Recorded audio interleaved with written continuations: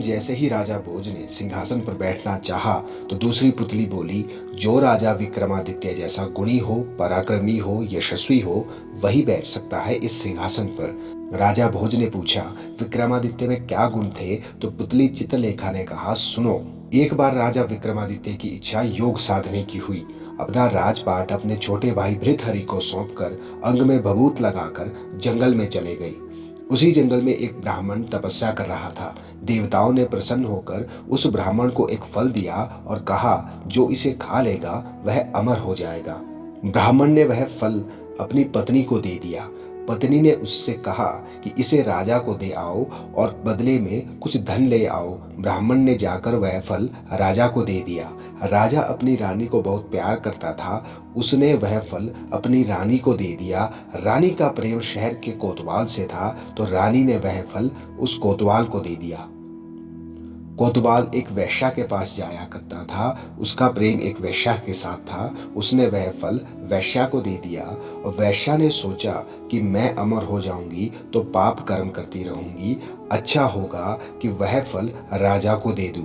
राजा की अगर लंबी आयु होगी तो वह लाखों लोगों का भला करते रहेंगे।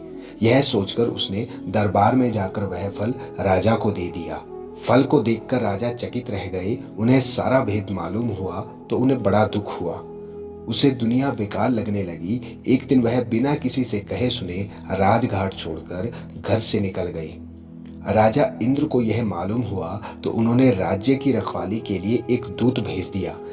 इधर जब राजा विक्रमादित्य की योग साधना पूरी हुई तो वह अपने राज्य वापस लौटे। विक्रमादित्य ने जब उस दूत से पूछा तो उसने सारा हाल बता दिया।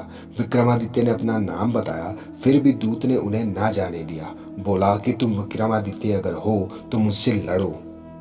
दोनों में लड़ाई हुई। विक्रमादित्य ने उसे पछाड़ दिया। दूत बोला, मुझे छोड़ दो, मैं किसी दिन आपके काम आऊंगा। इतना कहकर पुतली बोली कि हे राजा भोज, क्या आप में इतना पराक्रम है कि इंद्र के दूत को पछाड़कर आप अपना गुलाम बना सको?